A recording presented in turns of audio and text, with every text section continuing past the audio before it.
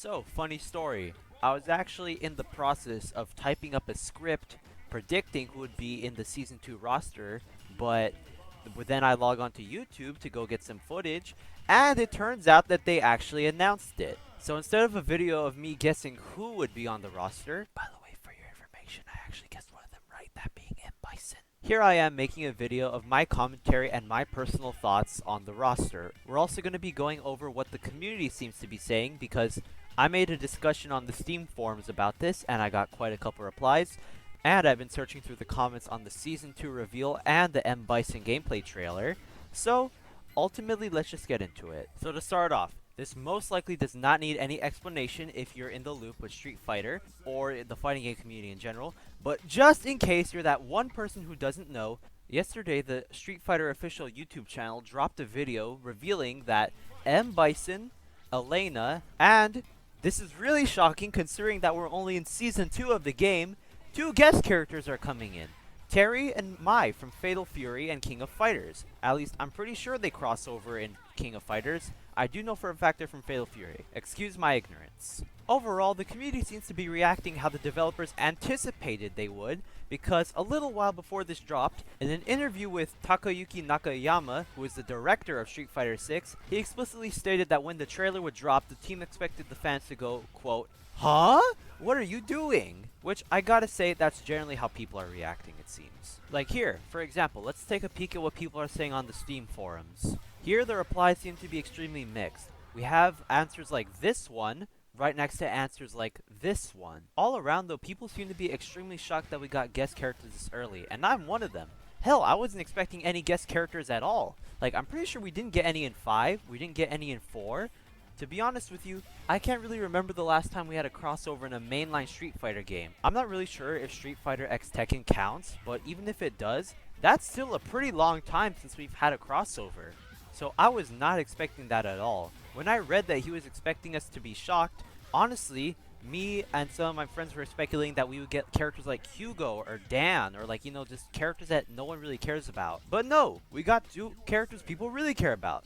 They're just not from this franchise. And then here comes M. Bison and Elena, which, to be fair, I was really expecting Bison to come back because, you know, it's just tradition at this point. Every time he dies, you know, it's in some big grand finale, no matter how big it is, he'll just come back.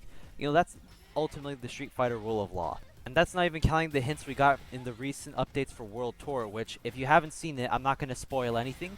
Go and check it out for yourself. Hint, hint, Metro City at night. But yeah, when I saw the hints, I kind of like groaned aloud and rolled my eyes at it. But, you know, I'd be lying if I said I was like genuinely pissed about it. Because, you know, although I kind of was wishing for Vega or Balrog, honestly, M. Bison's not that bad. It's going to be extremely odd considering the fact that they have a new villain now, being JP, and they set up the whole story of 6 as like, oh wow, M. Bison's gone forever. Like, that is literally Jury's entire story arc of this game.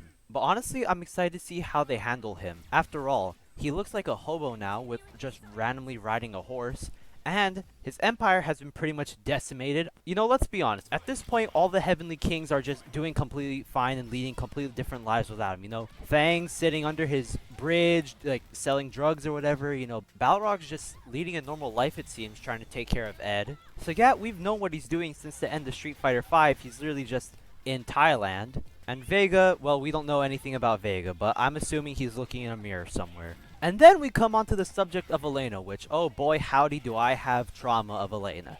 Yeah, Street Fighter 4 days, if you played back then, you remember that crap.